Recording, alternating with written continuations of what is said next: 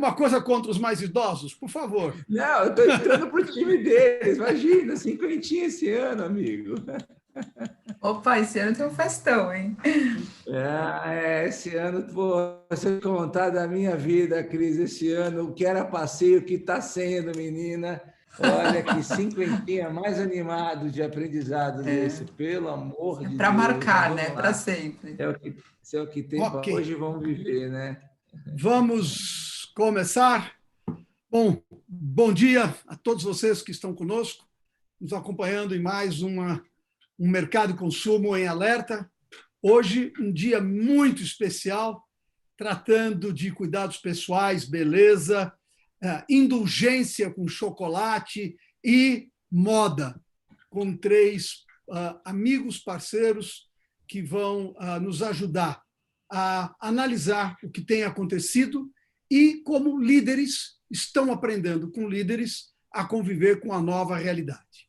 Estará conosco também Cristina Souza, responsável pela Gouveia Food Service, nossa sócia responsável por essa área, e Paula Andrade, vice-presidente de varejo da Natura, Richard Stead, CEO da Aramis, e Alexandre Costa, CEO da Cacau Show. Mas antes de começarmos com eles, só lembrar a todos vocês que o Mercado e Consumo em Alerta é quase que um esquenta do que vem por aí com o Global Retail Show, que acontecerá de 13 a 19 de setembro, envolvendo curadoria em 12 países, mas com participação de 15 países, discutindo as transformações no mercado, no consumo, no varejo, que o mundo está vivendo.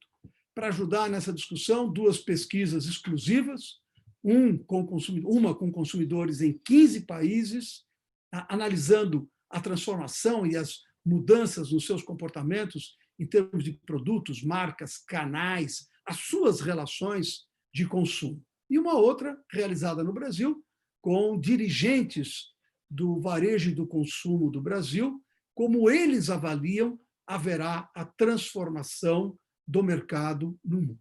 É um evento que eu confesso a vocês bastante ambicioso, mas que só está se tornando possível pela colaboração, apoio de gente como Paula, como Richard, como Alexandre, que estarão também conosco nesse evento, e mais 276 palestrantes e debatedores que, como eu disse, de 13 a 19 de setembro, durante uma semana, vão discutir o que de mais inovador está acontecendo no mundo e os insights de como tudo isso vai transformar o mercado.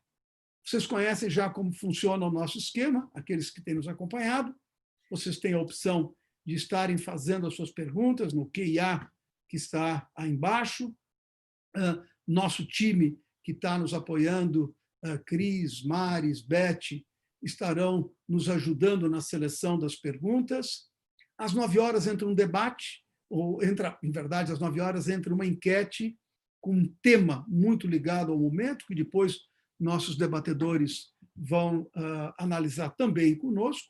E, ao final, o que é uma exclusividade dos nossos eventos, nosso time de retaguarda prepara uma síntese dos principais conceitos debatidos entre nós, para que vocês possam, ao final do nosso encontro de hoje, já terem informações para agir. E é por isso que nós começamos às 8h, porque nós temos que aproveitar o dia para fazer as coisas acontecerem. Então, sem nos estendermos mais, eu vou pedir que a Paula fale um pouquinho sobre si, sua atividade como responsável pelo varejo da Natura, e depois passaremos ao Richard e ao Alexandre. Paula, e a vocês três, muito obrigado por estarem conosco, obrigado por começarem seu dia de forma tão dinâmica, com tanta adrenalina, num papo desse. Eu tenho certeza que todos aqueles que nos vão acompanhar nessa 1h30 que estaremos juntos vão aprender demais com vocês. Paula, por favor. Marcos, bom dia, Alexandre, Richard, Cris. Primeiro, eu faço agradecimento a você, Marcos, pelo convite, pela parceria, a Beth Furtado e a toda a sua equipe maravilhosa que nos apoia bastante nessa jornada do varejo. Bom, eu sou a Paula Andrade, vice-presidente das operações de varejo do Grupo Natura & Co para a América Latina, que hoje nós contemplamos no varejo 3 marcas, a Natura, e aí ao longo da manhã eu vou contando os formatos de varejo que nós temos, a The Body Shop, que está presente em 3 países hoje na América Latina, também em modelo de franquia, loja própria, nós temos Shop in Shop, e também a Aesop, que é uma marca bastante nichada, que nasceu na Austrália, faz parte do grupo desde 2012, e nós temos uma operação aqui no Brasil. Bom, sou mãe do Gabriel, bastante feliz de estar no varejo. Eu trabalho no varejo já há mais de 20 anos, com passagem em empresas como a C&A, Pernambucanas, fora do país, na Gap. E é isso, acho que o dia de hoje, amanhã de hoje, vamos contar um pouquinho do que está acontecendo nesse momento tão sem precedentes, e toda a transição que o varejo tem feito para acompanhar esse novo ritmo de vendas. Então, bom dia a todos. Obrigado, Paula. Richard, pode nos falar um pouquinho de você e da Aramis? Posso. Bom dia a todo mundo. Marcos, gostei desse horário de manhã cedo, já começa animado, sabe? Acordei super animadão para participar com vocês, agradecer Marcos e todo o time pelo convite. Acredito muito no poder de trocar aprendizados, insights, isso como sempre é bom. Acho que na pandemia eu sinto que as pessoas se uniram mais, de uma maneira muito positiva, de troca, cada mais maior, mesmo especialmente entre os setores. Então, eu acho que isso foi, com certeza, algo muito especial que vem acontecendo. E também empolgado em ouvir a Paula e a Lê também e aprender coisas novas, com o meu caderno aqui pronto também para anotar boas reflexões para trazer para o meu time também. Bom, a Aramis ela tem 25 anos, hoje, esse ano é o ano dos 25 anos. É muito interessante como a vida coloca os cenários para a gente. Era um ano de festa de 25 anos, abertura da centésima loja, e de repente a gente vem com um cenário totalmente diferente, mas com um olhar positivo de como a gente pode tirar bons aprendizados e celebrar as pequenas vitórias desse ano e em cima disso, construir algo ainda mais forte. Bom, a gente tem 25 anos, eu trabalho na companhia há 13 anos, eu entrei bem novo, então, claro, de novo, eu entrei com 22 anos na Aramis, super recém-formado e tendo estagiado numa empresa e, como todo mundo que começa de baixo. Então, comecei lá no estoque, fazendo todo um processo de trainee, aprendendo sobre a companhia e fui, assim, evoluindo no processo. E em 2012, a gente viu o mercado de varejo de moda se transformando bastante. A gente entendeu que a gente tinha um desafio para poder ganhar relevância, de buscar um fundo de private equity e preparar a companhia para um novo ciclo. Então, em 2014, a gente assinou com a 2B Capital, que é um fundo de private equity, e foi bem naquela virada importante, né, de um Brasil que teve seus momentos muito ápice e, obviamente, a gente teve esse desafio em 2015.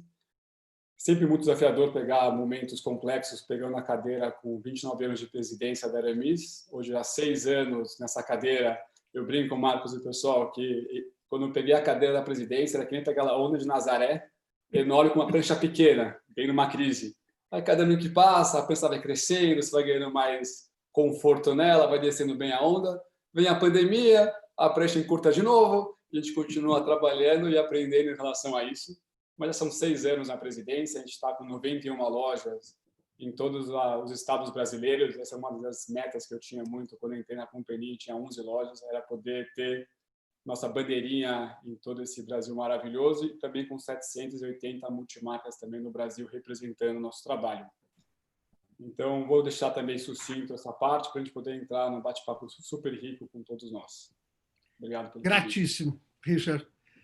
Alexandre Costa, que nós vamos ter que nos acostumar, né? É Alê, todo mundo só te chama de Alê, não é aqui com formalismo que nós vamos te chamar de Alexandre Costa. Alê, por favor, um pouquinho sobre sua vida, que é muito conhecida, né? Porque já foi decantada em prosa e versos muitas vezes, mas o momento da Cacau Show e o seu momento pessoal. Alê. Opa, acho que temos um probleminha com Alexandre. Me parece que caiu o sinal dele. Ok. Então, vamos fazer o seguinte. enquanto o reconecta o Alê... Opa, voltou. Bom dia. Desculpa, pessoal. Estou aqui na Cacau Show. Estou andando para achar aqui o sinal. E olha que tem sinal para burro aqui. Vamos ver o que a gente faz da vida aqui. Que reclamar com o CEO, Alexandre, sobre isso. Não, menina do céu, você não sabe, viu? Pior que estou aqui na minha sala e por algum motivo a internet não tá o que tinha que estar, mas a galerinha aqui da TI já está todo mundo desesperado aqui atrás da câmera fazendo isso acontecer. Bom, Ale, para um pouquinho só. Eu acho que, em verdade, como tudo que você faz na vida é muito bem pensado, você queria mostrar um pouco do incrível escritório que vocês têm na fábrica da Cacau. Olha só que legal. Ó, realmente, a gente está super feliz. É um escritório aí que ganhou uma série de prêmios, e fecha ali, filho. Uma série de prêmios aqui. Filho que não é filho. Quando você começa a ficar velho, você começa a chamar todo mundo de filho, entendeu? Estou aqui com o Vitor, que me assiste aqui nesse assunto. Bom, gente, a gente está super feliz de estar aqui com vocês. Marcão, meu irmão de caminhada aí, bom dia. Outro escorpiano, que começa cedo, né? Prazer estar aqui também com o Richard. Como eu já disse, estou aqui com a minha Aramis, olha só, garoto propaganda. Acabei de passar um creminho delicioso da Natura nas mãos aqui da linha Ecos, que eu adoro. Tenho a sorte de ter amizade lá do Luiz, né? Que sempre... Luiz, Guilherme, Pedro, que sempre são tão gentis no final do ano, mandando os kits para a gente e a gente se transformou num cliente assíduo da marca. Bom, gente, é um prazer estar com vocês. Tem muita coisa para contar, para dividir, para chorar juntos, para celebrar juntos, né? Estamos vivos, com saúde, um ano realmente fora de qualquer perspectiva, de padrão, de planejamento. A gente aqui é um ano que a gente completa 32 anos da Cacau Show. Hoje a gente tem 2.320 lojas espalhadas pelo Brasil. Somos 12 mil pessoas, entre a turma aqui do escritório, a turma da fábrica, dos franqueados, as lojas próprias. São 230 lojas próprias e 2 mil lojas franqueadas. É uma história, como eu disse, de 32 anos, que começou pequenininho, e a gente tem aí, ano a ano, dia a dia, tentado aí com muito suor, com muito trabalho, com muita verdade, seguir nosso propósito, que é tocar a vida das pessoas, através do que a gente faz, do chocolate que a gente fabrica, né? Esse que é quase que um fluido para as relações, né? Um chocolate, um presente, uma delicadeza. No final do dia é isso que a gente faz, mais do que açúcar ou cacau. A gente ajuda a construir relações, a gente faz gente feliz, né? Nosso lema é feliz hoje, a gente acredita que cada dia é único e, portanto, estamos todos aqui, tenho certeza, para viver esse momento juntos aqui e poder dividir um pouquinho do que a gente tem passado, de todas as nossas questões, sejam as angústias, sejam as felicidades, né? Que esse momento traz, porque ele também traz felicidade, ele aproxima a gente das pessoas, ele faz a gente ter um olhar diferente, uma perspectiva diferente da vida, das relações, do mundo, né? Então, estamos aqui inteirinhos para dividir com vocês aquilo que a gente, com muita humildade, puder. Bom dia a todos. Muito obrigado, Ale. Bom, Paula, vamos começar contigo. Você destacava logo no início que Natura Co tem 3 marcas, basicamente, no varejo, Body Shop, Aesop e a própria Natura. Conta um pouquinho para a gente o que tem sido o aprendizado das características diferentes dessas 3 marcas. Ainda em janeiro, durante a NRF, o David Boynton, da Body Shop, estava conosco, falou das experiências da Body Shop, falou dos valores da Body Shop, e naquele momento nós comentamos exatamente isso, né? Se tinha uma empresa que tinha, digamos assim, uma certa identidade ideológica, né, com o Body Shop, era a Natura, em termos dos valores que a Natura pregava, os valores que a Body Shop pregava.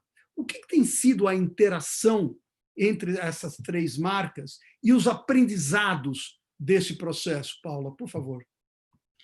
Marcos, adicionando, em janeiro também, nós temos a Avon, a partir de janeiro, incorporado a esse grupo, então somos 4 marcas e 3 efetivamente no varejo. Mas só lembrando que a Natura ela nasceu de duas paixões, a paixão pela cosmética e a paixão por relações. E as relações permeiam todas as nossas empresas, e nesse momento, e aí falando um pouco do contexto do Covid, quando começou o Covid entre nós, a nossa primeira ação foi preservar as pessoas.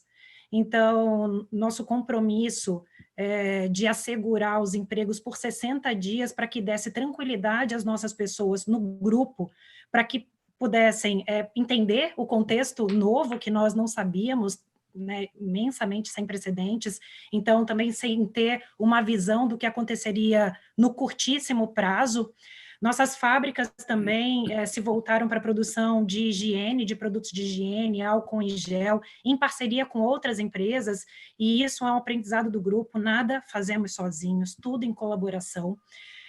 Então, quando nós voltamos para itens de higiene também, nós distribuímos para as populações mais carentes. Então, as primeiras ações, elas sempre foram voltadas para as pessoas dentro, as pessoas que fazem parte da nossa rede, as nossas consultoras. Fizemos 30 milhões de reais em doações, 7 milhões para as consultoras, para ajudar as consultoras, e tem sido um aprendizado, e aí, paralelo a isso, o negócio. Como proteger o caixa e proteger o negócio na visão de tudo que está acontecendo, tudo que estava e está. Nós, sim, no grupo, trocamos muito boas práticas. Nós temos estabelecidos os nexus, que nós chamamos, que são os Networks of Excellence, que são trocas entre países, para que aprendamos um com os outros e estabeleçamos as melhores práticas entre nós. Então, obviamente, no Natura & Co, o roadmap digital já vinha acontecendo há anos, e isso se acelerou a partir do momento da Covid em todos os canais. Então, não só no canal do varejo, as nossas relações com as nossas empresárias franqueadas mais digitais, os franqueados da The Body Shop, onde nós suportamos com revistas digitais que até então não existiam, mas que a partir da nossa transformação e da robustez que nós temos na empresa, nós conseguimos entregar para toda a nossa rede ferramentas digitais que o social selling pudesse ser feito, e nas lojas próprias também, transformando os nossos gerentes em gerentes omnichannel. Então, todas as práticas, a partir de modelos digitais, foram distribuídas na nossa rede para que a gente continuasse a gerar receita, né? E aí também o nosso compromisso com todos, a partir do nosso suporte. Então, acho que depois eu vou destacar aqui as ações, mas nós hoje somos 665 lojas na América Latina, então somos um grupo grande de lojas, e a maior parte vem da consultoria, da venda por relações, que é a nossa primeira ação de preservação. Resumidamente é isso, e aí eu conto para vocês ao longo da manhã. Paula, só aproveitando que você lembrou e trouxe, né, o fato da Avon ter se integrado ao grupo Natura & Co, a Avon chegou a operar, ou tem ainda, eventualmente, algumas lojas na América Latina, se não me falha a memória. Sim. Há alguma perspectiva de que se amplie essa operação de varejo de Avon? Marcos, quando a Avon veio para o grupo, claramente é um turnaround da marca. A marca, e aí tanto a Avon quanto a Natura, centralmente, a venda por relações é a forma mais importante de fazer a nossa venda, e na Avon não seria diferente. Então, no primeiro momento, expansão de lojas não seria, e isso, claro, ainda não é nada efetivamente fechado, mas a venda por relações ela é mais importante nesse exato momento. Então, existem as lojas, elas estão preservadas, elas sim farão parte desse hub de varejo que nós construímos, mas nesse primeiro momento o olhar para a venda por relações é mais relevante, que é a grande fatia da Avon. Perfeito, Paula, obrigado. Richard, o homem, né, sempre teve uma relação com a moda um pouco diferente da mulher. Não vamos entrar no detalhe exatamente como, mas parece que a pandemia está trazendo uma outra realidade, né? A habitualidade de um jeito mais descontraído de vestir, colocar camisa só para live, né? Normalmente é camiseta, é polo e outras coisas. Você imagina que esse período que nós estamos passando vai mudar de forma permanente a forma como o homem se relaciona com a moda ou é só passageiro? Olha, Marcos, realmente pergunta interessante, né? Eu sempre trabalhei de camisa e passei boa parte da minha pandemia trabalhando de polo e camiseta e é realmente um choque muito interessante. Eu tenho um vizinho meu que falou que só colocava a camisa para as lives com os clientes deles ou as reuniões mais formais. Eu acho que o primeiro ponto, isso é nítido a gente vê, que o homem vem se modernizando. A gente vê que aquela tradicional costume, gravata, vem com os anos perdendo relevância. A gente vê até grandes bancos hoje já tirando a gravata, deixando a coisa mais casual. O que, ao meu ver, é muito bom, porque dá a opção do homem explorar melhor a moda. Quando você tem aquela roupa tradicional de trabalhado, a famosa camisa branca e o costume todo dia, você tem já um certo hábito que você cria. E a gente reparou muito no nosso mix de vendas e sortimento uma mudança muito grande das categorias de produto. Para você ter uma noção, o grupo que mais cresce em vendas na Aramis há 3 anos é camiseta. Olha que interessante. Camisa sempre é o primeiro, é muito importante. Polo e camiseta vem ganhando uma relevância muito importante. Eu acredito por 2 olhares. Um, porque cada vez mais a gente tem essa possibilidade de ser mais casual. E 2, porque eu acredito muito que o homem tem se aproximado mais da moda. Eu falo que, para mim, moda é uma expressão de atitude. É como você quer se expressar. E a roupa tem esse poder. É onde eu trago muito esse olhar para o meu time em como a gente aborda. Como o cliente quer sentir no momento que ele vai usar. E quando a gente consegue abordar com esse olhar, a gente consegue criar um tipo de relacionamento e conexão humana com o cliente que faz com que abra muito a mente dele e que a gente consiga navegar. E acho que tem evoluído, sim. Tem uma frase que eu adorei na pandemia, é que a gente tende a subestimar o curto prazo e superestimar o longo prazo. Acho que no momento que a gente está vivendo tão complexo, chegar já falando das mudanças que vão ser marcantes para os próximos anos, eu acho que é um pouco cedo para dizer. Me chamou a atenção, que eu não tinha lido até então, estou no meio do livro, estou lendo Sapiens, porque é um livro que eu não tinha lido ainda, e a pandemia me trouxe um olhar muito interessante de tentar estudar um pouco melhor a história da humanidade. E você vê o quanto a gente demora um certo tempo para poder mudar alguns certos hábitos que não são tão rápido. O que eu sinto que está acontecendo com a pandemia é a gente estava caminhando para uma jornada, um consumer-centric mais integrado, onde eu concordo muito com a Paula, que a gente consegue colocar o digital muito mais como uma plataforma de conexão humana entre o vendedor e entre o cliente. Quer dizer, a tecnologia, a meu ver, ela está aproximando o ser humano. E o que eu percebi nesse nosso processo, com lojas fechadas, a gente também acabou decidindo, foi muito interessante como a velocidade da informação acontece. A gente tinha feito uma reunião um dia às 6 da tarde, resolvendo reduzir o horário das nossas lojas como se fosse um domingo, bem no começo da pandemia. Dia seguinte, acordou às 9 da manhã, a próxima reunião, fechamos todas as lojas. Antes do decreto de fecharem, meio como conceito de entender que a gente tem um impacto relevante numa decisão dessa. Nossos primeiros clientes, nossos colaboradores, então a gente pensou muito rápido, e decisões difíceis, rápidas, são complexas, mesmo muito com esse olhar. E isso abriu o leque, a oportunidade de a gente realmente repensar a maneira de como a gente se relaciona com o cliente. E acho que a Paula e o Alê são excelentes exemplos para mim de uma experiência humanizada em ponto de venda, quanto isso é importante. E, de repente, você tem que construir esse tipo de relacionamento à distância, acho que foi algo que provocou, de maneira muito positiva, a gente usar as ferramentas para conectar. Porque, no final, alguém da ponta também está passando por algo nessa pandemia e que também está buscando, de alguma maneira, algum tipo de relacionamento e de troca. Então, a gente também implementou N ferramentas que talvez demorariam meses para a gente colocar no ar, foi tudo acontecendo em semanas e testando rápido. Acho que a cultura ágil veio com relevância e agilidade nesse sentido. Para mim, o homem está numa tendência de evolução, de conhecimento e entendimento de moda. Eu acho que a pandemia ela acelerou muito um processo que talvez demoraria 3 a 5 anos para essa visão mais consumer-centric integrada.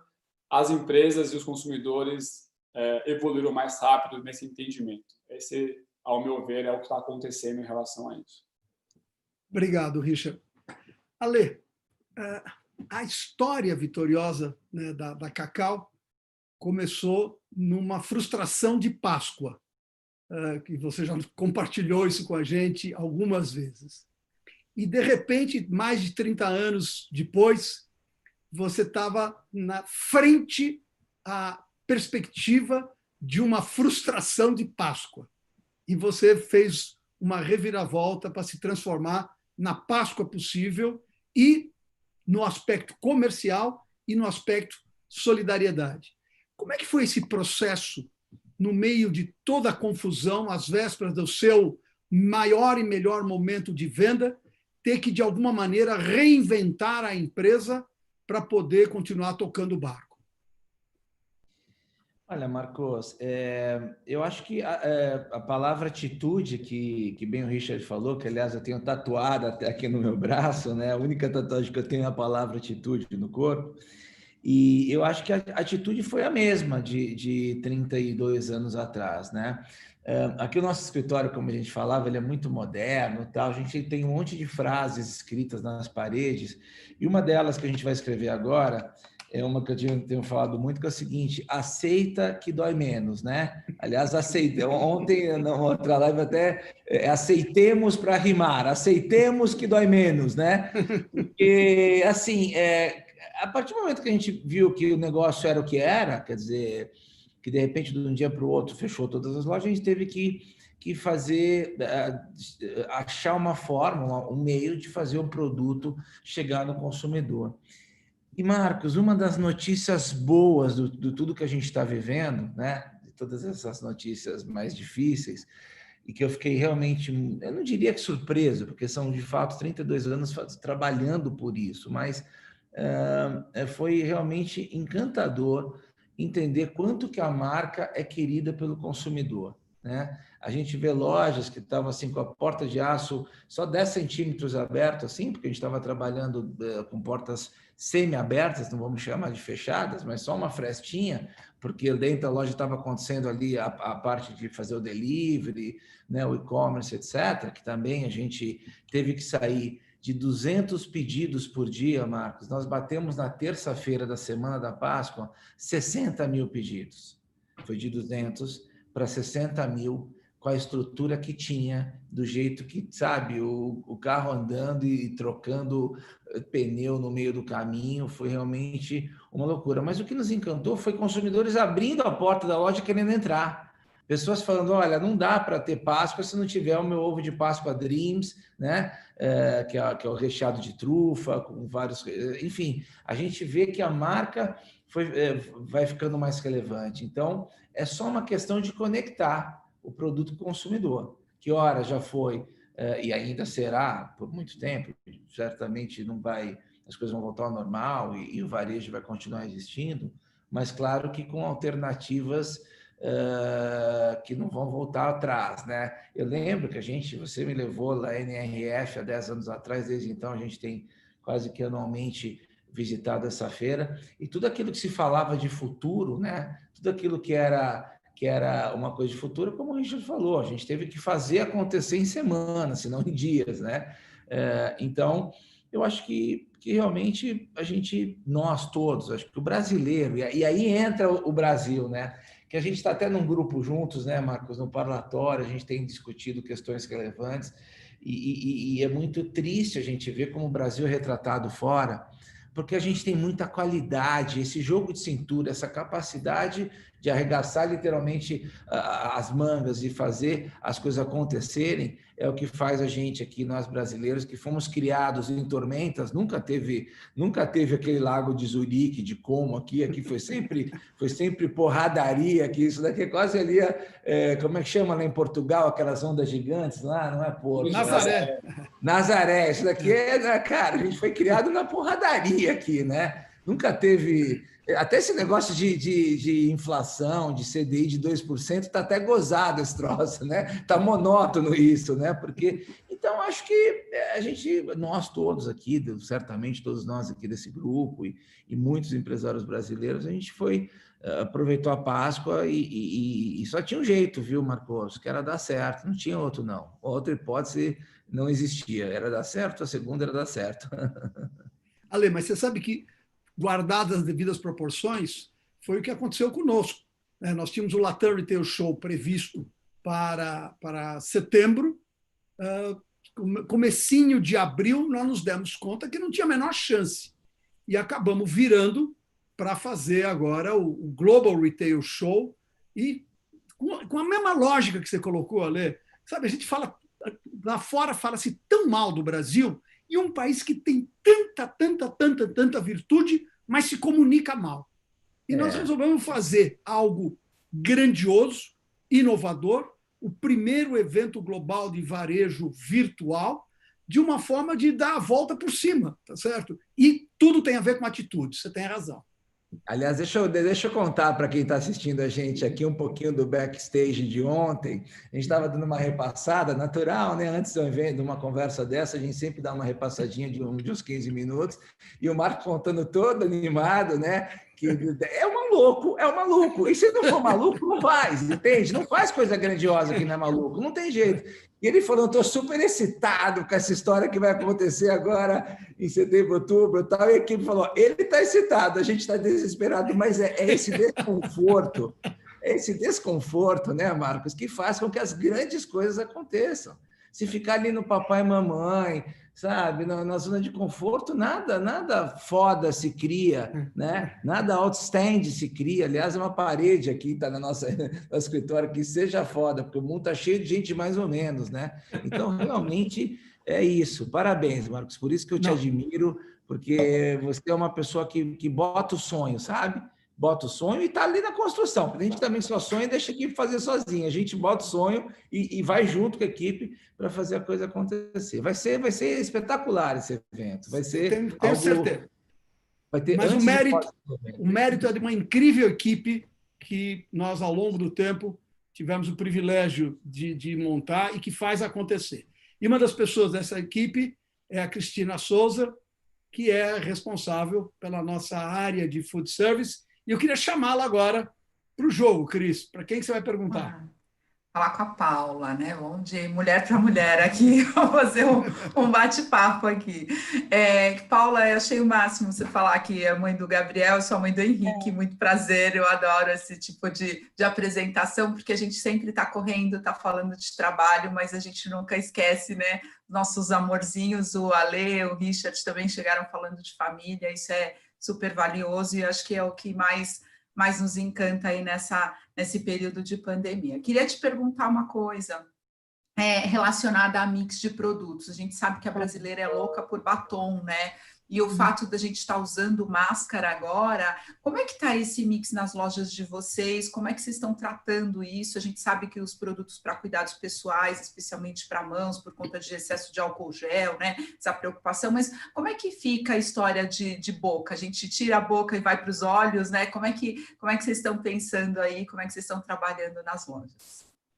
Cristina, eu acho que, como o Richard falou, não dá para dizer que qualquer coisa que esteja acontecendo agora é uma tendência futura que irá ficar, porque a gente não sabe.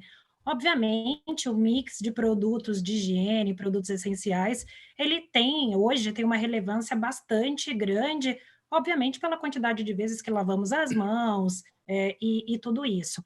Tem um desafio para a beleza, que é como, né, experimentar produtos numa época que a gente não pode, infelizmente, se tocar. Então, esse tem sido o grande desafio do retail de cosmético, e aí eu digo até mais pelas operações, por exemplo, The Body Shop, que tem uma linha de skincare que tem uma representatividade alta, nós temos encontrado mecanismos de fazer com que o consumidor tenha uma experiência sem efetivamente provar o produto.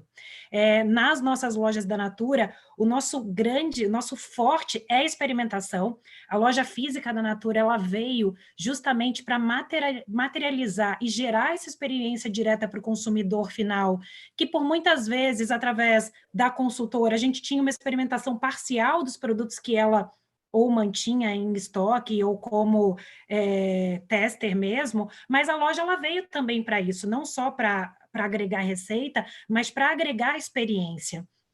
E as nossas lojas, elas têm todo o storytelling da marca, ela conta dos nossos ativos, da biodiversidade brasileira, a gente tem os ativos dentro da loja para demonstrar para o nosso consumidor como é a nossa cadeia, e tudo isso, obviamente, perde a relevância e a beleza num momento como esse. Essa reinvenção do varejo, que na verdade a gente vem falando há anos, né, da tecnologia, como é que a tecnologia, roadmap tecnológico, às vezes tecnologia sem ter um fundamento, né, e eu entendo também que a tecnologia ela tem que estar a serviço do humano e da experiência para melhorar uma experiência ou para fazer uma experiência que seja mais rápida, mais efetiva. E nós temos usado não só chats para falar com o consumidor, então a nossa rede de franqueados da The Body Shop e da Natura, através das empresárias, faz um trabalho lindo de consultoria para o nosso consumidor final, explicando cada produto, os benefícios de cada produto, assim como os nossos consultores de loja, e dentro de loja nós temos avançado fortemente em espelho virtual, que é onde você consegue ver a make sem efetivamente provar.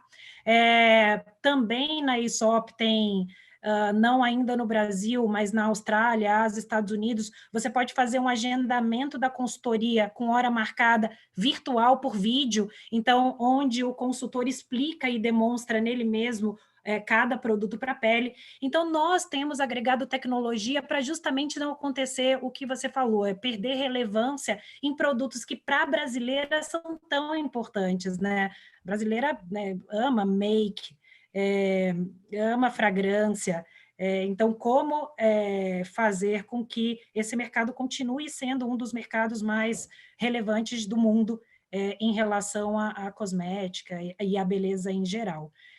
Então, o que eu posso dizer é isso, essa reinvenção, usar a tecnologia para gerar acessibilidade a produtos sem experimentação, para que a gente não perca essa relevância. Então, quanto à participação de produtos, o momento é muito pontual.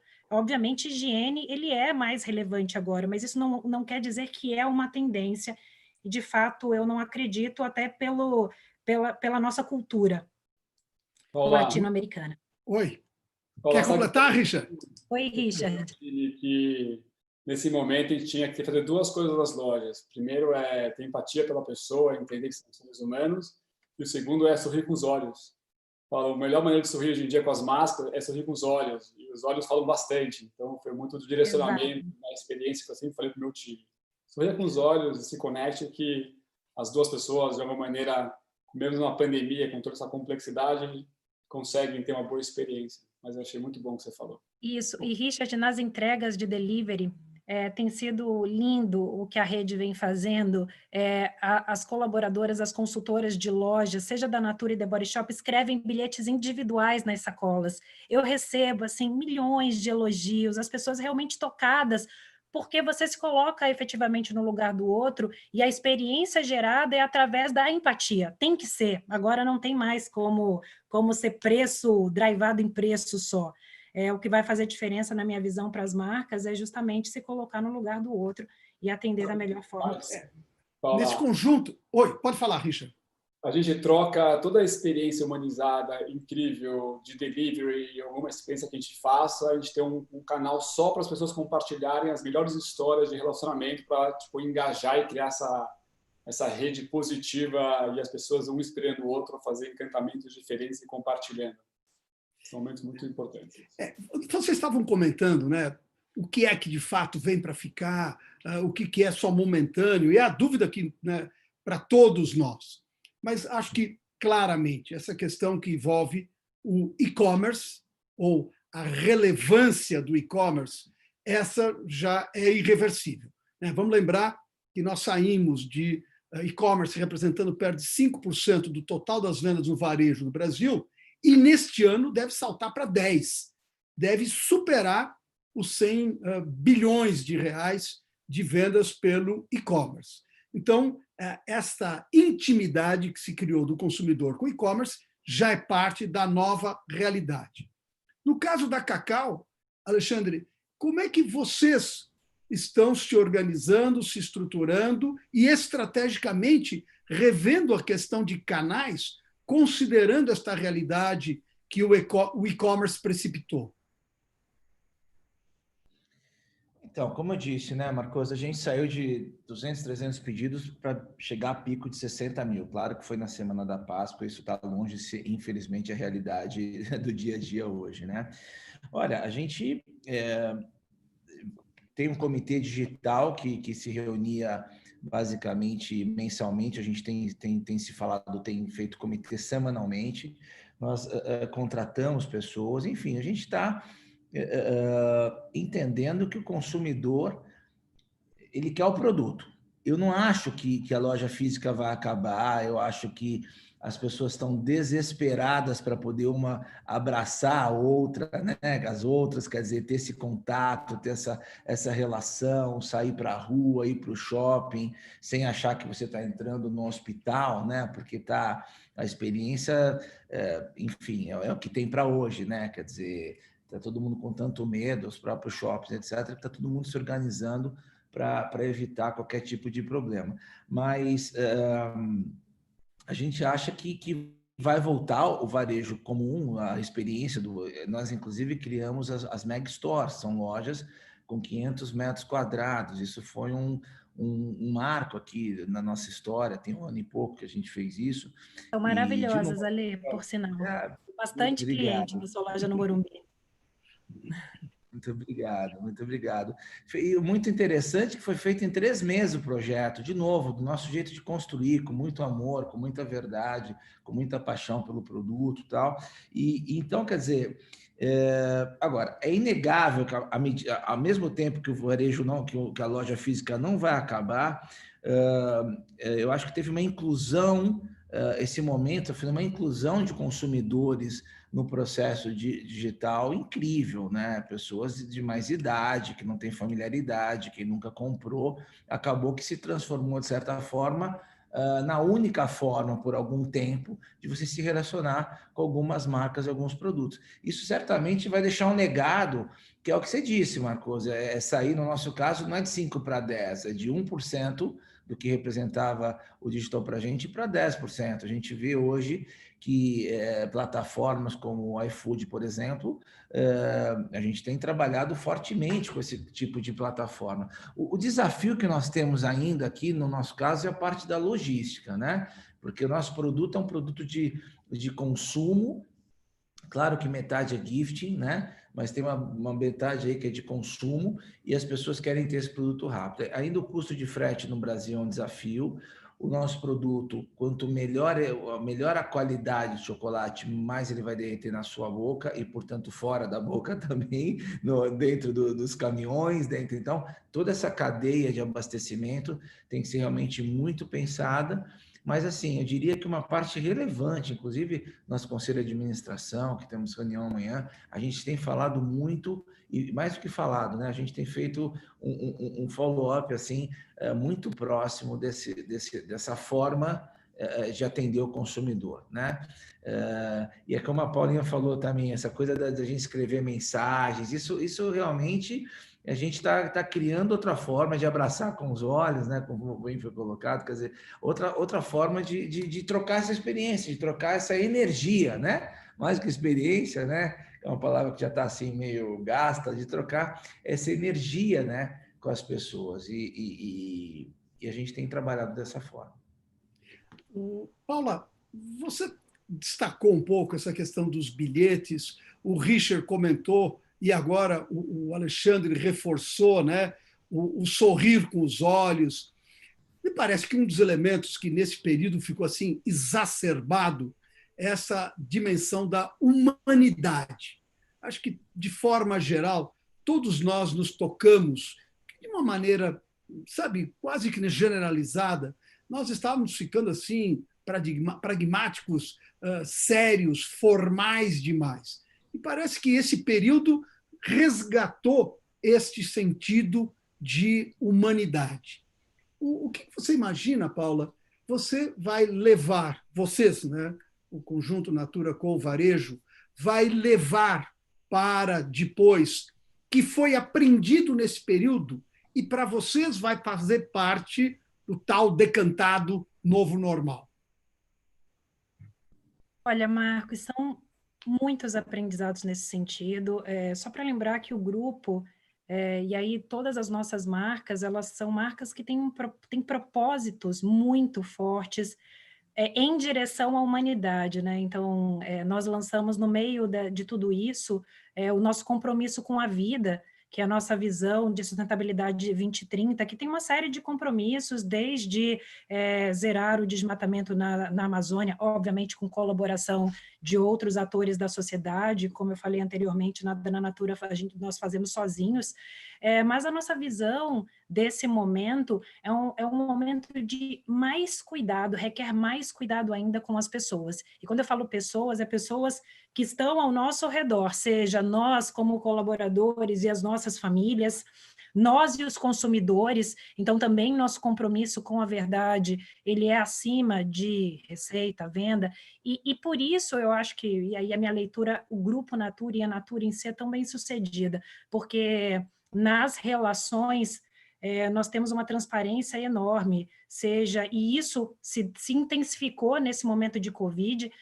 Por exemplo, nós mapeamos todas as comunicações que nós fazemos diariamente com a nossa rede, seja com os nossos colaboradores de loja, seja com os nossos franqueados, que nós, na The Body Shop, junto ao conselho, temos calls semanais com eles, seja na nossa rede de consultoria, para que estejamos abertos não só a falar tudo, nossa visão para este momento, nossa visão, reforçar a visão de longo prazo, e também fazer a gestão da ansiedade dessa rede toda que está ao nosso redor, que eu acho que essa é a beleza da comunicação e da transparência, que e aí como também grupo, eu imagino, nós levaremos isso para o futuro. Então, a exemplo, você estava falando que a Gouveia vai fazer, né, o primeiro encontro global. Nós fizemos pela primeira vez, de forma inédita, o lançamento do Dia dos Pais, de produtos e campanhas, numa live.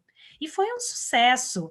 Então, é algo que não vamos perder, né, para o futuro. Então, como afunilar as ações que nós estamos fazendo agora, que vêm sendo super bem sucedidas, com também os espaços físicos. Então, nessa live, a partir de shows, nós falamos, né, dos benefícios dos produtos, falamos com as consultoras, falamos com nossas redes, a gente conseguiu ter uma penetração incrível na nossa rede. E isso, talvez, fisicamente, no futuro, toda essa comunicação, ela não é permitida porque ela tem uma limitação de espaço, de número de pessoas. Então, como nossa visão é permear isso para o futuro, que essas relações sejam mais duradouras ainda, através, obviamente, do nosso propósito, da nossa forma de fazer negócio, sempre com transparência. Então, eu diria que esse é talvez o ponto mais relevante desse momento. Cris, tua vez. Obrigada. Opa. 19, né? Nós fomos para... Está oscilando teu sinal, Cris. Que bom. Tira um pouquinho a imagem, momentaneamente. Vamos ver se dá uma melhorada. Vamos ver. Melhorou? Melhorou um pouco. Em 2019, nós fomos para a NRE, né? Onde Ok. Não Cris, tem serviços, pois não? Não, está interrompendo a sua fala. Tá? Eu vou fazer uma pergunta, enquanto você dá uma olhadinha aí, eu faço uma pergunta para o Richard, que eu não sei se você ia fazer para ele, mas agora você entrou na fila, Richard. Que é a relação com fornecedores, Richard. Nesse período, quem tem a integração vertical tem uma certa vantagem, ou desvantagem, né? Porque está com tudo na mão. Como é que tem sido a relação de vocês com os fornecedores? No que eles estão ajudando, de fato, a encontrar soluções? No que vocês têm tido dificuldade? E se isso, de alguma maneira, está precipitando uma visão estratégica diferente à frente? Olha que interessante, Marcos. Eu tinha acabado de anotar um pouco sobre esse assunto aqui nos meus pontos de anotação, e você vê que levantou a bola. Olha que especial a conexão. Eu acredito muito, a gente tem que pensar nosso negócio como um ecossistema. Quanto mais a gente entende do começo desse ecossistema, a ponta, então eu falo do meu fornecedor a meu cliente multimarca ou meu franqueado no final. E tem duas variáveis super complexas dessa pandemia, que não é qualquer outra crise que a gente passou, não existiam, que é o quando volta e o como volta. Esse problema de não saber quando e como, vou dar um exemplo para vocês. Eu ainda estou com 15 lojas fechadas hoje em dia 3 próprias e 12 franquias hoje, nesse exato momento. Nenhum planejamento, nenhum dos quantos reforecast a gente fez, você imaginaria até essa complexidade. E quando você olha para a sua cadeia, eu cheguei muito para os meus fornecedores e falei para eles, eu preciso de vocês, tanto quanto vocês precisam de mim. Então, a gente vai ter que chegar num consenso juntos de como a gente dá a mão nesse processo, entendendo que o nosso volumetria de vendas de peças oscilou bastante nesse semestre, e isso já era uma realidade, e a gente também estava constantemente ajustando isso, e acho que até trouxe uma conexão ainda maior com nossos fornecedores, porque a gente começou a entender muito bem o outro lado. Então, quanto você precisa receber agora, você poder pagar suas contas. Falei, não adianta a gente pensar na nossa cadeia e falar, não estou demitindo ninguém, eu estou conseguindo segurar meu quadro, se você está gerando um impacto relevante na ponta. Um dos dois extremos. Não faz sentido isso. Para mim, a minha mentalidade, eu tenho hoje 1.200 funcionários no nosso ecossistema, sem contar fornecedores que são terceiros. Eu tenho que dormir e acordar todo dia, que tem uma cadeia de pessoas que dependem muito que as nossas decisões sejam muito sensatas e muito pensando no que a gente está construindo no médio e longo prazo. Então, os nossos fornecedores, a gente veio muito, muito próximo com eles, em constante negociação de volumetria, entendendo se não dá para cancelar mais um certo volume, a gente absorver da melhor maneira possível. Eu também tenho multimarcas, são 780 multimarcas e franquias, que eu também tenho que ajudar eles nesse processo tão complexo, que lojas fechadas e por aí vai. Então, eu me senti bem no meio de um sanduíche super complexo de poder, dentro do nosso melhor olhar, e eu sempre coloquei 2 grandes variáveis em todas as minhas decisões, que eu sempre tomei, mas na pandemia acho que enfatizou, e na primeira live que eu fiz para o time, eu falei, eu tenho 2 grandes focos, manter as pessoas no emprego e garantir o fluxo de caixa da companhia. Porque toda crise é passageira, o caixa tem que ter robustez para poder segurar e tem que ter essa disciplina, e nenhuma empresa consegue passar por isso, evoluir, se tiver uma cultura muito forte, muito alinhada durante a pandemia. Aí eu acho que toda essa visão de propósito, que o nosso é transformar o varejo, impactar positivamente a vida das pessoas, trouxe para mim muito olhar das minhas tomadas de decisões, muitas alinhadas aos valores que a gente está construindo. Isso deu uma certa clareza, num momento tão obscuro, de tomar as decisões muito sensatas. Então, do nosso lado, foi, obviamente, desafiador dar o suporte para a cadeia e dar suporte para multimarcas e franquias, coordenando todo esse ecossistema de maneira positiva, porque a retomada também depende muito que a gente estivesse muito alinhado e muito próximo de times, então a gente conseguiu até estudar melhor nossa cadeia, entender melhor lead times, entender melhor volumetria mínima de consumo para poder produzir. Quer dizer, eu senti uma flexibilização muito boa de todo esse ecossistema conectado, entendendo que a gente só vai passar por isso se a gente estiver junto. E essas variáveis de quando e como não ter essa clareza faz com que a gente seja cada vez mais dinâmico e flexível e muito mais próximo de todo mundo para poder tomar as melhores decisões, ajustar. E acho que a Paula falou bem, o Ale falou muito bem, transparência sempre foi importante. Para mim tem sido ainda mais, eu faço lives muito abertas, eu tenho uma cultura de fazer live para o meu time de colaboradores, eu falo só 15 minutos falando minha visão, o que está acontecendo, as decisões que a gente está tomando, com muita transparência, e eu fico 40 minutos respondendo qualquer pergunta que apareça no chatzinho, eu não excluo nenhuma.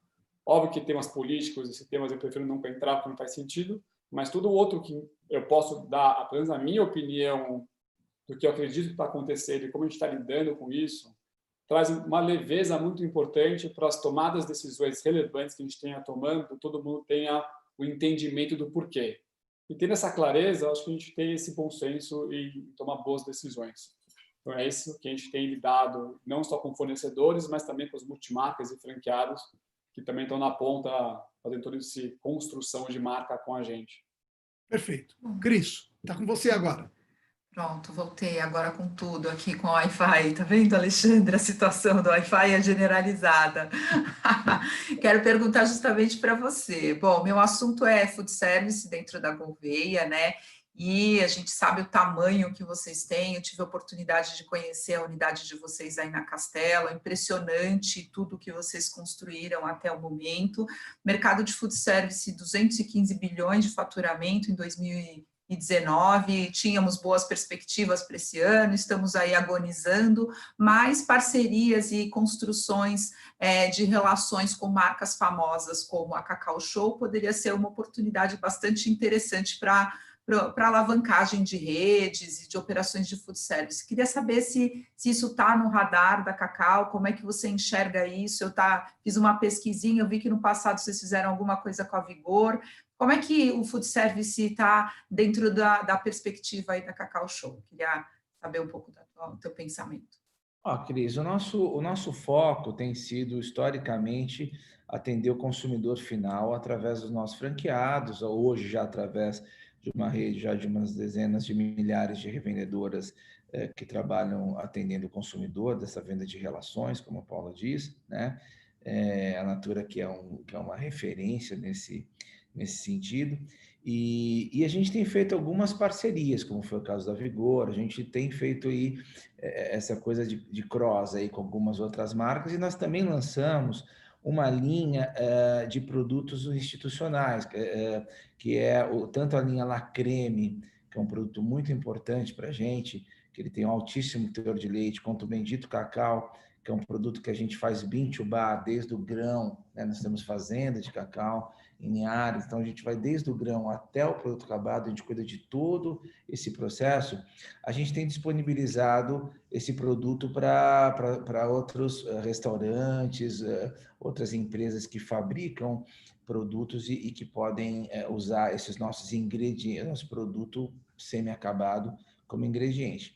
É um segmento, Cris, honestamente, a gente nasceu para estar perto e para proporcionar essa troca com o consumidor final. A Cacau ela é focada nisso. Eu não acredito que food service seja alguma coisa que vai ser relevante, eu não acho que ele é maior do que 5% do nosso negócio, tá? Mas a gente está sempre aberto para fazer o que a gente faz com amor aqui, tá? No consumidor, repito, preferencialmente através dos nossos canais, mas também através de outros canais, através de parcerias com outras empresas.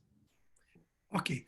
Bom, eu queria chamar agora a nossa enquete, e como é para vocês que estão conosco a primeira vez, o pessoal que está no YouTube, e aliás eu queria agradecer, porque tem vindo alguns comentários deliciosos de quem está nos acompanhando no YouTube, não consegue ler a enquete que está aqui no Zoom. Então eu vou ler rapidamente, de forma que todos possam saber, vocês vão responder, e posteriormente nós vamos trazer as respostas com os comentários dos nossos convidados.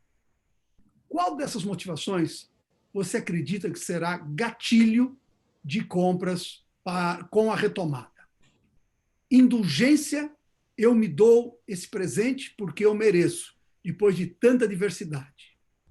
Autocuidado, eu compro esse item para dar mais atenção à minha saúde, ao meu bem-estar. Resgate da autoestima, compro aquilo que me faz sentir bem, mesmo sem sair de casa. Boas roupas, maquiagem, comidas especiais, etc. Presentear para aproximar. Compro para presentear e mostrar minha atenção, já que não posso tocar ou abraçar. Ou, finalmente, frugalidade. Só compro o que preciso, foco apenas em itens essenciais, pois o amanhã é incerto. Essa é a nossa enquete de hoje. Como vocês veem, ela está muito provocativa, muito interessante. Por favor, votem e nós vamos depois, daqui a pouco, voltar com as respostas e ouvir nossos convidados como eles veem a análise feita por vocês. Paula, você comentou, aliás, o Richard falou sobre a questão da moda masculina, nós, en passant, na provocação da Cris, você comentou da história da mulher, o batom e a máscara afetando um pouco. O home office, aparentemente, também é uma dessas coisas que vai passar a fazer parte do novo cotidiano numa proporção diferente do que acontecia antes, tá certo? E vocês imaginam, no caso de vocês, que o home office pode determinar uma alteração no comportamento da relação das consumidoras com as categorias trabalhadas para vocês no varejo Natura &Co? Marcos, o que até as perguntas muito pertinentes também aqui da enquete, e uma das questões que tem se acentuado nesse momento e que entendo que continuará acontecendo ao longo do tempo, é o autocuidado. Então, tem tido uma tendência do autocuidado, de cuidar da própria pele, seja através né, da pele do rosto, né, o que a gente chama de skincare, seja do corpo. E isso tem sido pequenos prazeres do home office, que ao mesmo tempo que você fica super produtivo porque você acorda imediatamente, e aí até um ponto, né, como você limitar o horário de trabalho dentro de casa, mas ao mesmo tempo você também tem tempo para se cuidar mais. E isso tem sido um ponto, tem sido uma tendência, toda a parte de home fragrance, por exemplo, eu estou aqui com a minha da The Body Shop, tem sido uma tendência também, e acredito que isso vem para ficar, porque à medida que você experimenta, né, que novos consumidores experimentam novos produtos, novas funcionalidades, o prazer de estar em casa, né, então, em várias pesquisas, eu li uma pesquisa esses dias que uma das perguntas mais acessadas de comida no Google é como fazer hambúrguer. Então, as pessoas estão cozinhando mais. Os prazeres de ficar em casa também passam pela beleza, pelo cuidado com a pele, cuidado com o cabelo, os tratamentos. Então, nesse ponto, sim. Não sei se é uma mudança de participação de venda, mas sim há sinais concretos, né, de tendências futuras de que esse autocuidado vai se estabelecer entre nós e entre homens e mulheres, não só para as mulheres, a gente tem falado aqui de todas as pessoas se cuidando mais, olhando mais para si mesma. Perfeito. E isso tem a ver, obviamente, com o home office. Perfeito. Ale, a pergunta claramente é: qual vai ser o próximo sonho grande seu? É uma história, né, de realizações de grandes sonhos, alguns que, se você já comentou, você não imaginava fossem tomar a dimensão que tomaram. As coisas foram evoluindo, novas marcas, novos conceitos, integração vertical, fazenda cacau, loja experiência, expansão, tornando-se uma das maiores redes mundiais de franquia no setor de chocolates. Qual vai ser o próximo sonho grande, Ale? Hoje é a maior, né? Hoje nós com essas 2.320 lojas, quem está mais perto disso tem 1.000, assim, né? A gente conseguiu fazer isso aqui no nosso Brasilzão, né? Aqui tá rolando um parabéns aqui, o escritório é assim, gente, é uma festa. Aqui a gente trabalha às vezes, porque é só festa, é parabéns, é bolo, é pão fresquinho, muito legal. Quando chega aqui às 7 da manhã, tá assando pão aqui para todo mundo, tem uma padaria aqui no meio do escritório, muito bacana. Marcos, eu estou muito encantado com essa história da ludicidade, né? Do quanto o que a gente faz, quanto que as pessoas podem conhecer ainda do que a gente faz, né? Chocolate, cacau. Cacau é um produto que a gente lá com a Fazenda, a gente tem estudado muito esse produto. Ele é um produto novo, cacau, sabe? Apesar o chocolate não tem 200 anos ainda, né?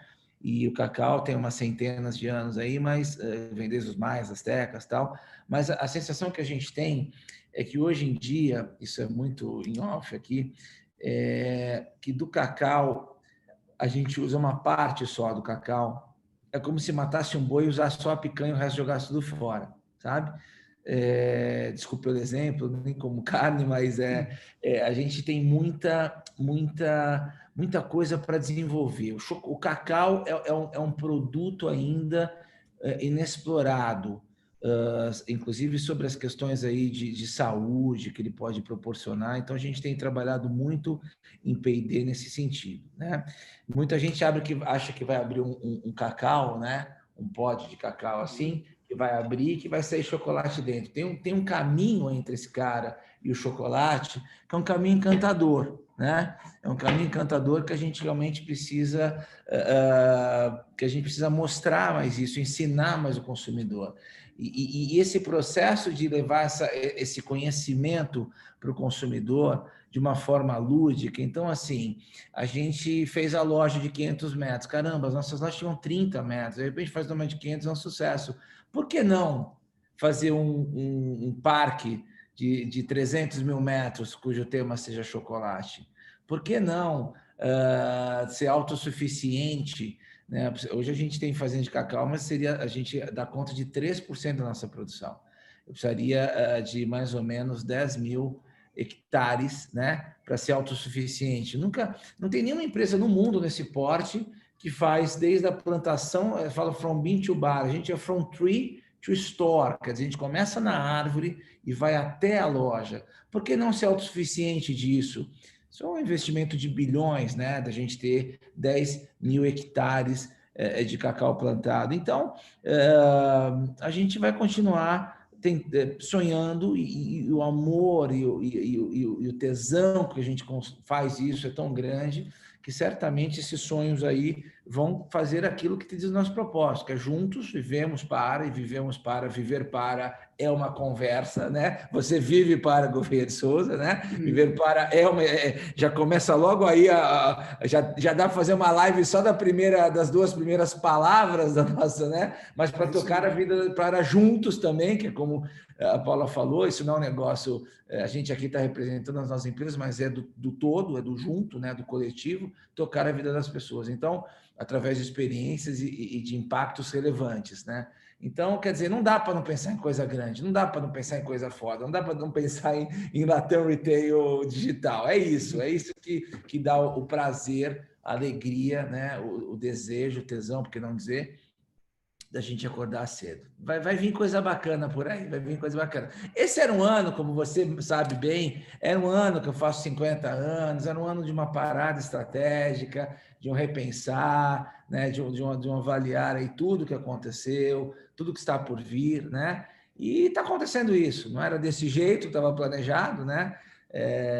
Você sabe bem, eu não dividi publicamente, mas estou à vontade para fazer isso. É um ano que eu viajaria por 50 países pelo mundo com a minha família, com os meus filhos, com a minha esposa, e de repente começamos essa viagem brilhantemente, aliás, desenvolvida e planejada por quem você conhece bem, pela Marina, sua esposa, Prime Tour, uma empresa incrível, e de repente tudo volta, tudo para, né? E a gente está repensando. Então, é um ano de pensar, é um ano de entender, né? De onde vimos, para onde vamos, o que está acontecendo nesse ser e nos seres em volta e nas relações entre eles, né? E a gente vai fazer coisa que vai impactar, porque é missão de vida, é propósito. Então, vem coisa boa por aí, com certeza. Tem um leque de opções, vamos escolher qual delas, porque cada projeto desse dá um trabalho danado, né? Sobretudo para quem vive para, né? Para quem quer fazer, cuidando de cada detalhe, da experiência, né? Do tocar a vida do outro, né? Por exemplo, agora há pouco a gente tocou a vida de muita gente de forma bacana na Páscoa, mas também a gente deixou para trás algumas coisinhas, sair de 200 pedidos para 60 mil, dá trabalho e a gente falhou, a gente não entregou uma parte deles. Então, precisa de planejar bem, né? A despeito de fazer com a intensidade que é a nossa marca registrada, precisa realmente planejar tudo, ter uma estrutura bacana para que esses grandes sonhos realmente toquem de forma muito positiva a vida das pessoas. Bom, sem falar do uso do cacau e do chocolate para a beleza também, né? Que pode nascer aí, nós estamos falando tanto num cenário onde as pessoas estão fazendo cross-iniciativas, né? Talvez tenha uma perspectiva interessante aí, nesse lado. O pessoal de vinho, né, criou os spas de vinho usando uvas e tudo mais. Quem sabe alguma coisa na área do cacau também. Mas, Cris, é contigo agora, por favor. Marcos amarrando consultoria ao vivo aqui para Cacau Show, gente. Ninguém percebeu. Tô ligada. Tá no plano, Agora eu vou perguntar. Pois não, desculpa, Lê. Não está no plano, amor. Levar o cacau ao limite está no plano. E é isso aí. Uma banheira de chocolate para um tratamento de beleza faz todo sentido. Reservas, aceita reservas. Põe meu nome aí nessa lista. Não sei se vai ter cacau nem chocolate no final do banho, mas tudo bem, né? Muito bom, muito bom. Bom, eu ia perguntar para o Richard, ia perguntar outra coisa, mas mudei aqui um pouco o tom aqui da minha pergunta. Richard, o papel do homem na sociedade tem sido super ressignificado também com esses movimentos de empoderamento feminino. Acho que a mulher está se encontrando cada vez mais e parece que os meninos estão um pouco perdidos até, né? E a gente tem olhado um pouco das experiências, de tudo que as marcas têm proporcionado. Então, você vai em lojas masculinas com muito carinho, muitos cuidados. Você pode fazer a barba, você tem biscoitinho para o seu cachorro, enfim, tem todo um aparato, né? Queria saber como é que vocês, né, na Aramis, estão entendendo esse novo papel do homem na sociedade e como é que vocês contribuem ou estão pensando, enfim, estão discutindo esses pontos. Excelente pergunta. Excelente pergunta. Eu tenho uma mulher muito especial e ela tem uma empresa de network de empoderamento feminino pela vulnerabilidade e conexão humana, tem estado em negócios. Ela, com neurociência, quer dizer, eu tenho em casa alguém muito especial que a gente tem uma troca muito rica desse conexão de construção de visão de mundo. E a gente fala que nossa maior startup são nossos 2 filhos. Se tem alguma startup para cuidar, fazer bem feito, com certeza é o Sebastian e a Serena, que são nossos pequenos, que faz com que muito do que a gente aprenda... Tem uma frase que eu gosto muito que é espelho meu, espelho seu. Nossos filhos são o espelho do que a gente faz, não do que a gente fala. Eu acho que serve para a liderança como um todo. Eu acredito muito que tem um desafio importante na mulher. Acho que toda essa evolução é muito justa e necessária. A gente tem que olhar muito para a companhia e ter um equilíbrio e trazer mulheres, porque não é só a questão das mulheres. Eu acho que quanto mais a essência das pessoas forem similares e mais diferentes elas possam ser, traz um olhar mais multidisciplinar. A gente fala muito de conceito multidisciplinar, mas se todo mundo vem da mesma origem, a mesma base, tudo igual, não tem multidisciplina, tem pessoas. Eu acho que esse olhar nosso já é algo que existe faz tempo. E por ser uma empresa de moda automaticamente é um setor que já tem muito mais mulher participando, o homem conhecendo cada vez mais, evoluindo, mas é uma empresa tem uma força feminina muito relevante. Eu estava numa reunião de marketing um dia e eu e 8 mulheres. Falei, reuniões importantes de lidar, super interessantes. Então, eu acredito que o homem tem o desafio de entender essa evolução da sociedade. A pandemia, para mim, também trouxe esse olhar muito interessante de ver os pais compartilhando cada vez mais o dia a dia, os desafios dos filhos, porque, no final, todo mundo em home office, todo mundo tentando se organizar de uma maneira de dar atenção aos seus filhos, mas dar atenção nas reuniões. Que teve de call meu que vem a pequena de 1 ano e meio, papai começa a apertar o teclado, eu vejo o Sebastian, senta no meu colo, dou oi para todo mundo. Quer dizer, eu sinto que tem uma grande evolução, um grande aprendizado como sociedade e comunidade importante a ser feito. Nosso olhar, por ser moda, já tinha uma visão muito mais próxima, tem muitas mulheres em cargos de liderança na companhia, mas isso já era normal para a gente, pelo setor que a gente atua. Então, para mim, já era algo natural. Eu não, pessoalmente, quando eu entrevisto as pessoas, eu olho muito mais a essência de você estar alinhado com o que eu acredito de visão de mundo e quanto a pessoa tem no brilho no olhar de querer participar desse projeto. Então, para mim, talvez a idade ou não sei, mas o meu olhar sempre muito mais para trazer os talentos que brilham em querer estar com a gente construindo. E a gente tem realmente muito até ameaçado, realmente um equilíbrio relevante. Mas isso só tende a evoluir, até porque eu vejo muito hoje pais mais participativos. Acho que esse papo de pai ajudar já não é realidade, é realmente coeducar juntos. A minha mulher fica bem orgulhosa disso aí, porque a gente tem essa visão muito forte aí de construção. E para mim é uma evolução importante. Acho que a pandemia também, de alguma maneira, trouxe ainda mais essa proximidade de ter que compartilhar os desafios de casa, no trabalho. E com certeza a gente tem uma evolução muito positiva e o homem tem um aprendizado relevante nesse processo, mas acho que as sociedades pautam nessas evoluções super genuínas e, na minha opinião, super corretas. Então, eu tenho um olhar muito positivo por tudo que está acontecendo e sei da importância de a gente continuar evoluindo de uma maneira mais rápida e eficiente nessa equiparidade. Richard, já vou aproveitar e fazer um convite ao vivo aqui para a sua esposa.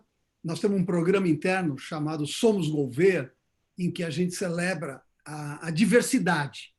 E a primeira parte desse programa todos nós aprendermos com a liderança feminina, os desafios, as oportunidades, as características.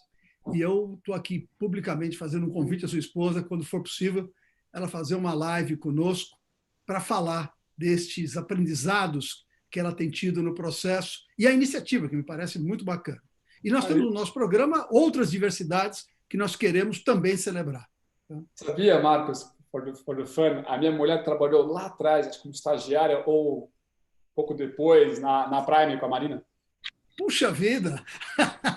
Que bom saber. Vai ser, então, um belo retorno, porque todas as empresas do grupo estarão juntas.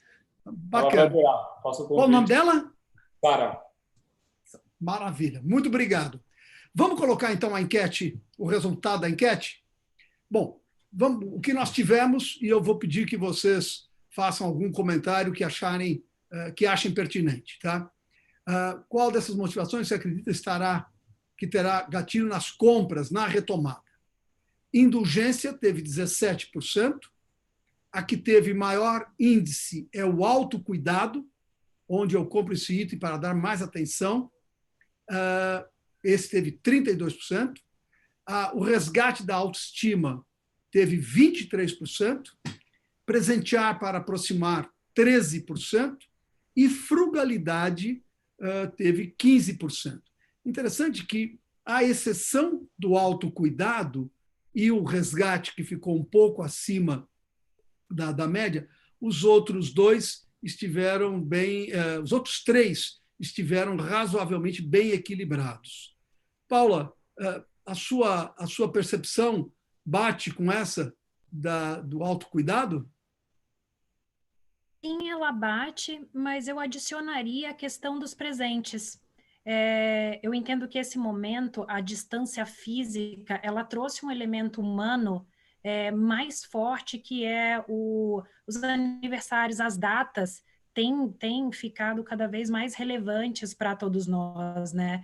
Você abre as redes sociais tão intensamente, você vê as pessoas contando dos aniversários ou fazendo dedicações, o dia dos avós, que até outro dia não existia. Então, a questão do presentear, ela passa a ter um significado também para além de algo físico, mas a demonstração da emoção, do carinho e do cuidado com o outro. Então, eu sim acho que o autocuidado tem o seu lugar. De fato, nessa pandemia, nós vemos, né, que é um ponto importante e que sim é uma tendência, mas eu adicionaria que o presentear também me parece ser uma tendência futura, que se já era relevante, passa a ser mais relevante ainda pela falta de contato, né? Então, como você demonstra um carinho pelo outro, uma emoção de alguém, seja próximo ou alguém relevante na sua vida, se não dando um presente, ou que seja, né, uma lembrança. Mas sim, eu concordo com a pesquisa. Alexandre, vocês acabaram na Cacau Show desenvolvendo um projeto que é marcante, que é o Instituto, com as ações que vocês têm tido, que os colocam dentro de uma perspectiva que, nos últimos anos, se tornou muito forte no reconhecimento das marcas, que é a questão de demonstrar propósito. E a ação do Instituto, ainda como também outras realizadas por outras empresas, estão claramente sinalizando o quanto as marcas têm que assumir uma responsabilidade maior em contribuir para reduzir a desigualdade do mundo. Aspecto que ficou muito presente neste momento. Você pode falar um pouquinho o que você percebe, para além da contribuição que vocês têm gerado para o Instituto, que é maravilhosa, o que a Cacau ganhou com a iniciativa do Instituto?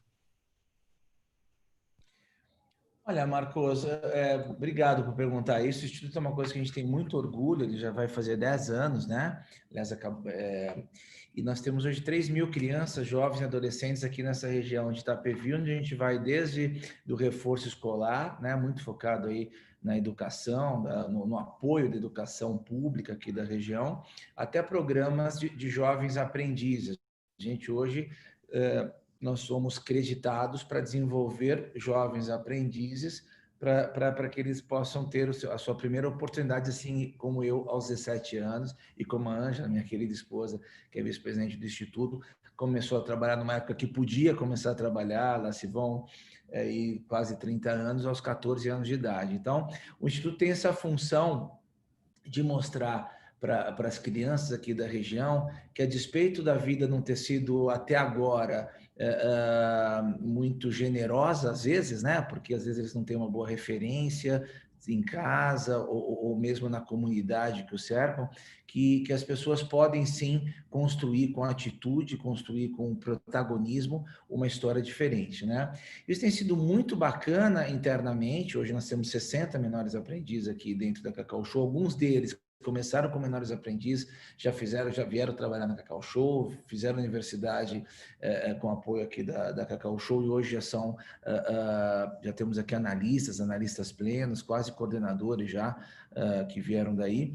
Mas o que é importante é a gente desenvolver esse sentimento que não é simples, essa coisa de doar, de colocar, e talvez a pandemia tenha colaborado um pouco, tenha sensibilizado um pouco mais as pessoas nesse sentido, né?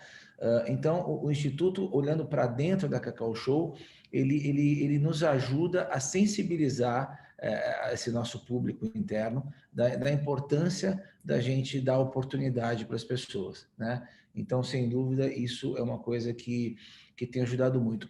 Para fora, a gente não fala muito do Instituto, até uma questão que a gente fica um pouco em dúvida se fala sobre isso, se não fala, porque é tão genuíno o trabalho, é tão de verdade. Imagina, minha esposa, sem nenhuma remuneração, vive para, entendeu?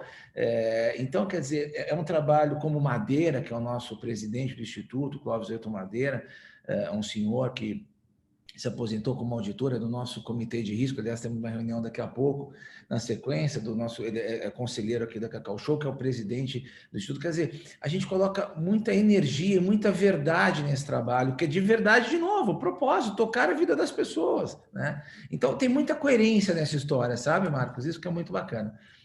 Vai crescer muito, né? Com certeza, acho que com o passar aí do crescimento da Cacau Show, com o amadurecimento meu como acionista, da minha família, né?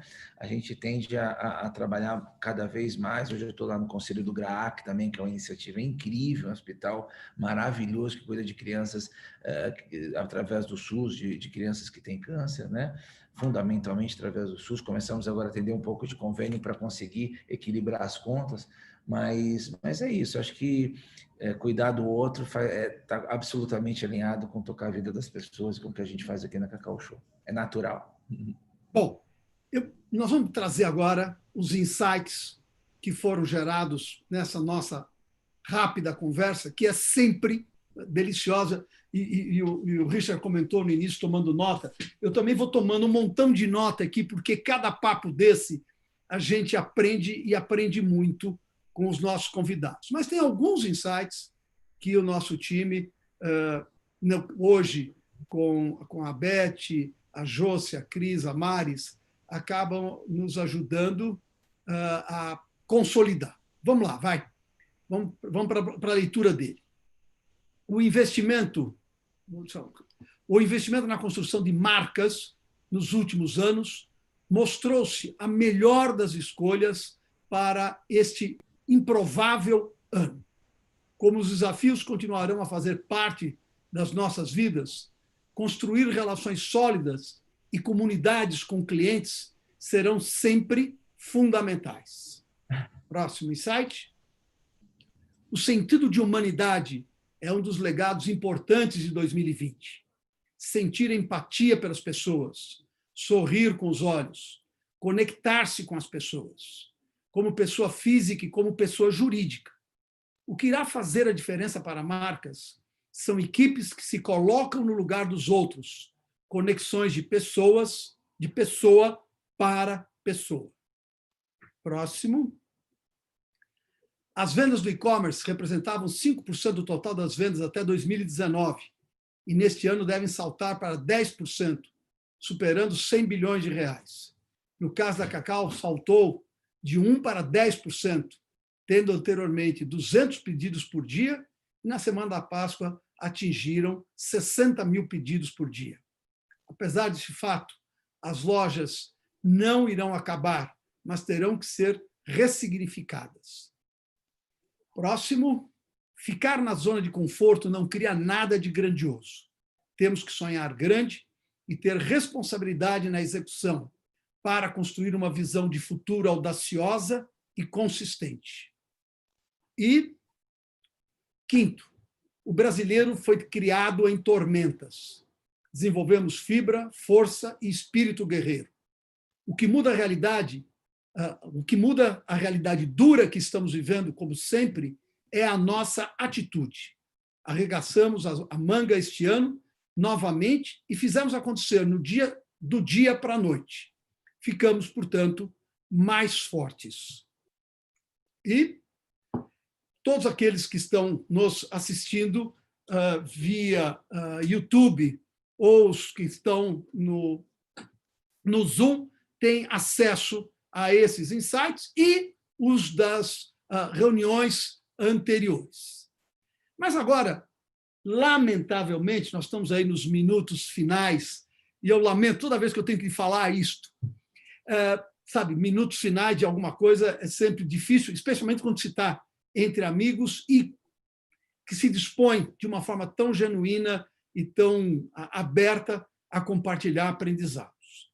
Eu vou fazer mais uma pergunta a vocês nesse sentido dos aprendizados, que é, para vocês, individualmente, o que foi que este período mostrou que poderá se constituir num aprendizado para o resto da vida? Todos nós, nesses 4 meses, quase já 5 meses, de alguma maneira fomos impactados, né, pela transformação rápida da realidade. E, de alguma maneira, incorporamos parte desse aprendizado que vai ficar conosco, seja em atitude, seja em visão, seja em percepção sobre a vida, que eu pediria que, gentilmente, cada um de vocês compartilhasse conosco agora. Eu vou começar com a Paula, por favor. Marcos, rapidamente, eu acredito que o senso de solidariedade, de fato, vai permear nossas vidas daqui para frente. Se antes, talvez, vivêssemos em sociedades mais individualistas, é impossível não olhar para o outro num momento como esse, como você falou, num abismo social, na desigualdade aumentando, que tange a todas as vidas, e seja no Brasil, e também isso tem acontecido fora. Eu acredito, sim, que o ser humano, que nós, como seres humanos, voltaremos nosso olhar mais para o outro, não só para nós mesmos, e isso veio para ficar, porque quando o outro impacta a nossa vida, impacta o todo, o nosso mundo, é impossível não olhar para esse momento e o que a gente vai construir como sociedade. Então, individualmente, esse é o meu olhar, né? Como efetivamente ajudar nessa distribuição, e acho que aí nós temos um papel como liderança que é vital. As empresas que nós trabalhamos, a construção tem que ser para o bem de uma sociedade, do mundo, do planeta, não só, né, se no passado a gente falava de, né, gerar valor para o acionista,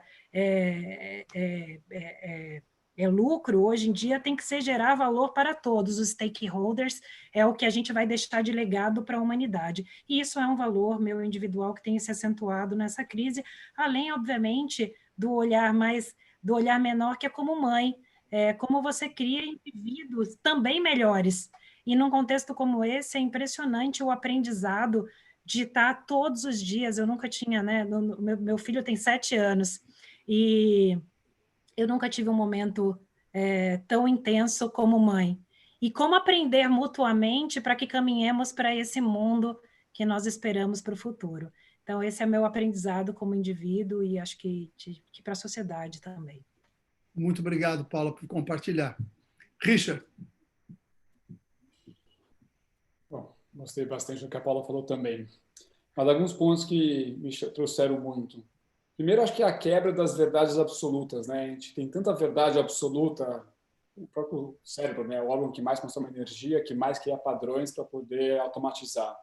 Eu sinto que a pandemia trouxe a possibilidade de a gente quebrar muitas verdades, tanto do nosso trabalho, que sempre eram ditas como tinha que ser assim, ou algumas complexidades, como na vida pessoal em casa.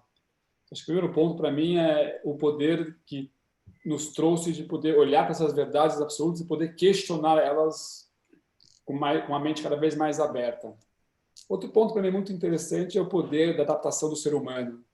Faça para mim, lá em 15 de março, naquele momento que a gente estava, todo mundo, acho que o Brasil crescendo, a empresa também na melhor histórica trimestral dela, que eu passaria os próximos 4 meses em casa, trabalhando no home office, redesenhando uma companhia inteira, multicanal, e que estaremos aqui depois desses dias conversando dessa maneira tão leve, para mim é o grande aprendizado da adaptação do ser humano. Darwin já dizia isso e tem mostrado a importância disso.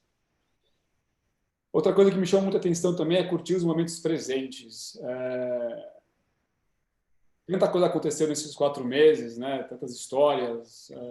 Trouxe muito esse olhar da presença e curtir esses momentos, porque minha pequena tem 1 ano e 5 meses agora. E o fato de poder ter ficado mais em casa, eu tive uma conexão mais rápida com ela, que acho que um dos meus grandes aprendizados e takeaways positivos da pandemia foi essa proximidade com a minha pequenininha, que, putz, realmente mexeu comigo. E também eu trago muito esse que a gente não pode negligenciar as decisões importantes. Eu sempre tive esse olhar muito de não negligenciar o que eu sei que eu tenho que tomar de decisão. Às vezes é muita coisa complexa, e acho que a pandemia trouxe esse olhar da importância de a gente tomar as decisões relevantes, tanto no nosso negócio como em casa, que isso gera um impacto relevante. Ninguém esperava uma pandemia dessa, mas obviamente isso chama a minha atenção. E por último, como a gente vive num mundo globalizado, incrível, né? A gente estava lá vendo na China acontecer a pandemia, mas está na China. E a gente aqui na vida normal. Foi para a Itália, mas está na Itália. Pô, chegou super rápido aqui, me trouxe muito essa reflexão de quanto a gente tem que ter mais antenado, entender que o mundo é super globalizado pelo bem e o desafio que isso também gera na nossa tomada de decisão no nosso negócio. No demais foi isso, e eu realmente adorei participar com vocês desse nosso bate-papo. Muito, muito, muito obrigado, Richard. Ale, e para você? Olha, tem umas palavras, concordo plenamente com o Paulo e com o Richard, acho que tem algumas palavras que talvez se repitam, mas acho que a flexibilidade é uma coisa que é um valor que nós, né, Marcos, como empreendedores, isso vem meio de fábrica da gente, mas as empresas, quando começam a crescer, elas tendem a ser mais processuais. Essa flexibilidade, eu acho que é muito importante, é uma coisa que trouxe de volta para o dia a dia do negócio, a prontidão, né? A gente realmente, mais do que nunca, hoje, a gente vive o hoje, né? Porque, cara, chegou um momento que a gente não sabe se vai ter... Hoje a gente já está mais tranquilo, mas no pico da crise, a gente falou, meu Deus do céu, e o que tem amanhã? Então, isso a gente passou a viver mais o hoje, viver mais presente. Aquela coisa de presenteísmo, quando as pessoas estão nos lugares, mas estão com a cabeça, né? Aquela história de família em torno da mesa, cada um no seu celular. Eu acho que essa coisa da família, como foi muito bem colocada pela Paula e por Richard, a proximidade com a família, a proximidade com os filhos, é um momento que eu acho que a gente criou muito mais intimidade, seja com a família, eu diria que até aqui com o negócio, né? Aqui todo mundo brinca que eu continuo em home office, porque a Cacau Show é a minha casa. Então, isso daqui, eu estou na Cacau Show, mas, enfim, é a sala da minha casa, né? Então, eu acho que essa proximidade, não só muito importante com a família, com os amigos, né? Mas principalmente também com o nosso negócio, eu acho que criar essa intimidade foi muito importante. E, acima de tudo, Marcos, para finalizar, a gente valorizar o cotidiano, né? Incrível. Gente, vai acabar essa reunião, acho que vocês estão no home office, não vai ser o caso de vocês, mas eu vou colocar uma bendita de uma máscara e eu vou passar as próximas 9 horas do dia com esse narigão aqui sem conseguir respirar direito. Então, veja que ato sagrado, que ato sublime que é respirar. Que para nós era default. O que é respirar? Não é? Então, você precisa ter uma dificuldade na vida para transformar aquilo que é absolutamente normal numa coisa absolutamente divina, que é respirar, né? Então, quanto a gente precisa de pensar que valorizar o que a gente tem, valorizar o que a gente vive, porque é preciso, às vezes, você deixar de viver aquilo para dar valor ao que você tem. Acho que talvez esse seja um aprendizado muito, muito, muito importante dessa história. Eu, pessoalmente, tive uma perda importante, né? Eu perdi a minha mãe há 40 dias, e aí a gente fica falando, caralho, eu não fui vê-la no Dia das Mães por conta do Covid, entendeu? E, de repente, ela morre do coração, né? Quer dizer, é isso. Vamos valorizar cada minuto, cada dia, tudo que a gente tem, porque a gente pode deixar de ter. Essa semana, um amigo me mandou uma frase que eu acho que tem muito a ver com essa questão que vocês estão colocando aí do trabalho, casa, essas coisas todas. O home office trouxe uma falsa sensação de que você trabalha em casa. Na verdade, você vive no trabalho. E é algo que, sabe, nós estamos aprendendo a conviver com essa outra realidade. Bom, eu não preciso dizer o quanto agradecemos a disposição, a vontade, a transparência, a amizade com que vocês se posicionaram nesse nosso papo. Eu gostaria de agradecer também muito ao time da Gouveia, que nos ajudou hoje, Beth, Maris, Cristiane, Josi e Cristina. Convidar vocês para que estejam conosco na sexta-feira. Nós vamos ter mais um Mercado de Consumo em Alerta, as lições do varejo supermercadista na quarentena, com o Fausto Severini, da Tenda Atacado, o Sidney Isidro, diretor de expansão da rede Dia por Cento, e a Fernanda Dalben, diretor de marketing do Dalben Supermercados. E a moderação do Marcos Rirai, da Omnibox, a nossa iniciativa da loja Super Conveniente, e o Alexandre Machado, sócio-diretor da Gouveia Consulting. E na quarta-feira que vem, vamos ter a Leninha de Palma, que é presidente da Caidu, Moda e Vestuário, o Pedro Chamuleira, CEO da ClearSale, e o Márcio Cumruirã, fundador da Netshoes. E, principalmente, vocês todos que estiveram conosco mais uma vez, nesse horário matinal, ou que estarão vendo no YouTube a gravação desse nosso papo, grato por estarem conosco. Paula, Richard, Alê, gratíssimo por terem compartilhado os aprendizados que são intensos, amplos, globais e visionários em muitos aspectos com todos nós. Obrigado a todos vocês e até a próxima semana. Grande abraço.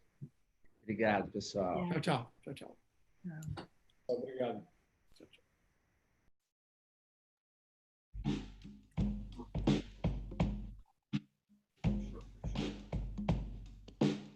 Obrigado, Paula. Obrigado, Richard. Obrigado, Alê. Pessoal da Retaguarda, gratíssimo pelo apoio. Ótimo, obrigado, Marcos. Um abraço, um abraço. Tchau, tchau. Um abraço. Alê também, não estou vendo. Mas, Beth, obrigada, tá, gente? Obrigado a vocês, gente. Tchau, tchau. Beijo, tchau, tchau. Só para você entender. Esse